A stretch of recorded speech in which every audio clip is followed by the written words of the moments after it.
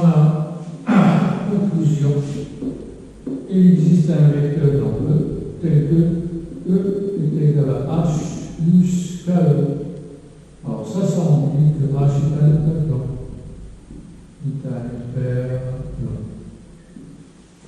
Voilà pour la dernière équivalence. Alors maintenant, on va essayer de donner l'équation d'un hyperplan, l'équation cartésienne d'un hyperplan. Équation cartésienne d'un hyperplan. Alors, soit tout d'abord E un K espace vectoriel tel que dimension de E égale à n. Et soit B égale à E1, E2, En, une base de E. Et B étoile, nous avons défini dans notre vidéo, c'est égal à N étoile, la base de L de EK, définie à partir de B. Définie à partir de B.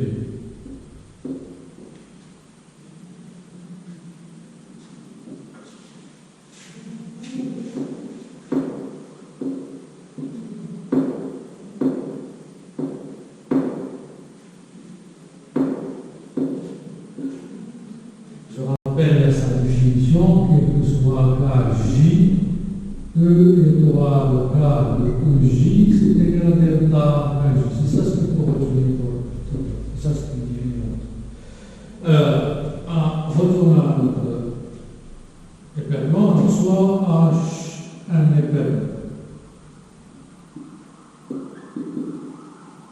Donc, il existe appartenant à L de E, bien sûr, tel que H égale à R. Alors, fini de partir à cet espace, et nous avons une base de cet espace. Donc, phi appartenant à L de E, et B étoile, base de L de E. Donc, il existe unique A1, c'est-à-dire les coordonnées de ce vecteur dans cette base. A1, A2, AN appartenant à quoi tel que phi est égal à la somme des A K, E étoile égale à 1 jusqu'à 1.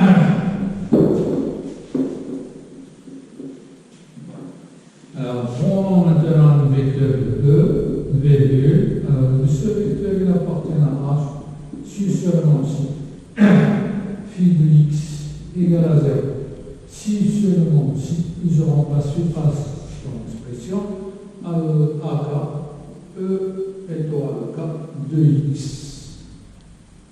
égale 0.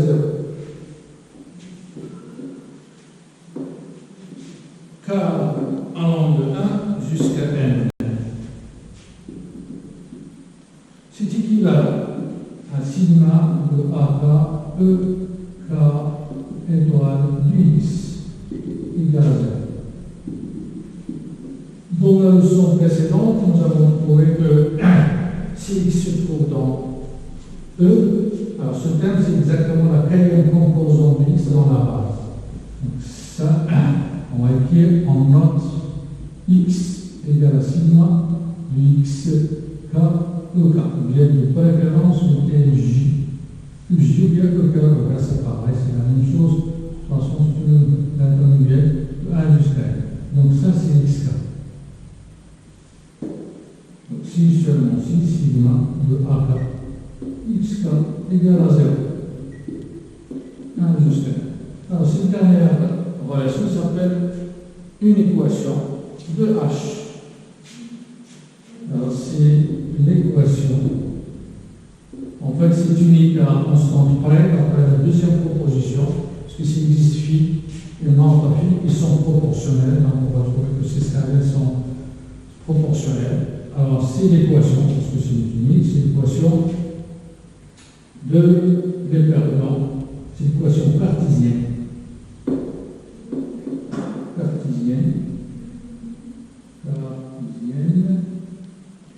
De H. Alors maintenant, on va faire un exercice ou deux sur cette partie du cours. Et bien sûr, vous avez les exercices de la série, vous pouvez faire tous les exercices maintenant de la série concernant les épérants. Alors, ce sont les exercices à partir de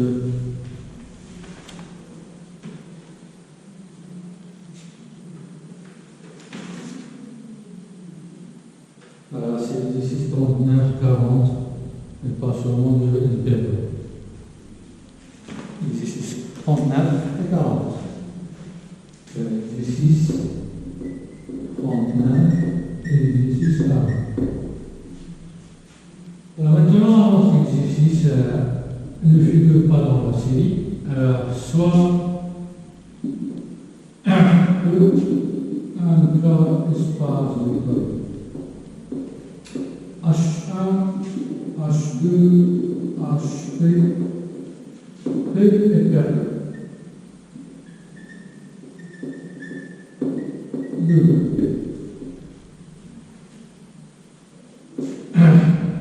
Et soit, finalement, B, il n'y a pas N, une base 2. Une base 2. Alors, on considère l'application, on considère U qui part de E vers 4 de corps à le sens P, supérieur. Et si on a deux effets blancs, ici c'est carré. Alors, puis à chaque X, on associe une X, c'est égal à nos phi 1 de X, phi 2 de X, phi P de X. C'est quoi ce phi 1 de phi P? Ou tiers de phi P, c'est égal à P de G, de préférence dans le cas de petit pointillé. Pour tiers de phi 1, c'est H1. Tiers de phi 2, c'est H2, et ainsi de suite. Donc, on peut faire comme ça J, P de J. On a de 1, 2, jusqu'à 1.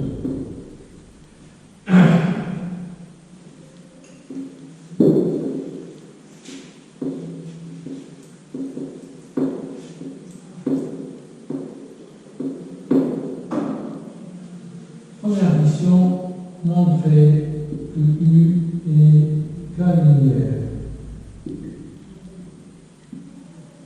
Deuxième mission, exprimer curve U en fonction de H1, H2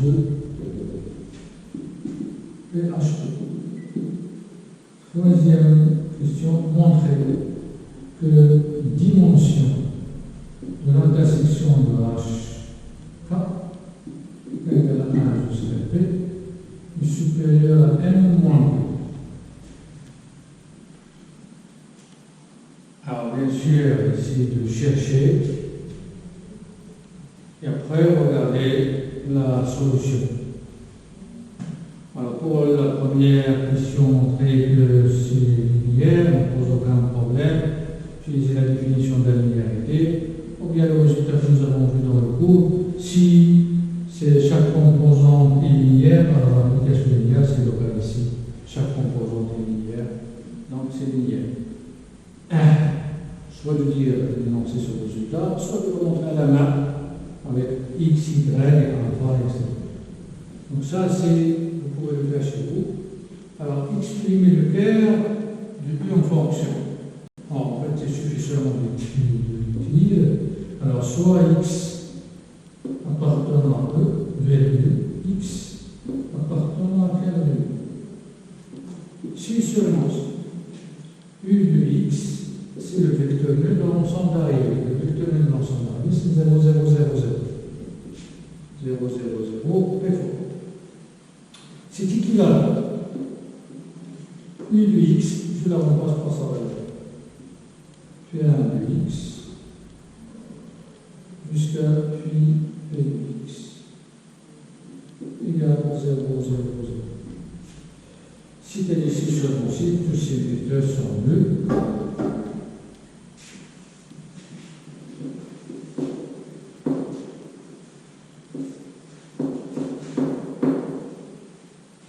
si seulement si, puis 1 de x égale à 0, puis 2 de x égale à 0, et puis 2 de x égale à 0.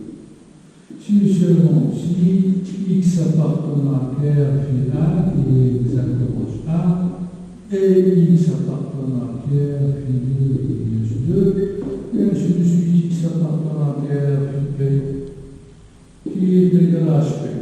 Si seulement si x appartenant à l'intersection de hj, j de 1 jusqu'à 1. Donc on vient de montrer que Claire de U, cette phrase, c'est équivalent à cette phrase. Donc ça, c'est la définition de l'égalité des deux ensembles.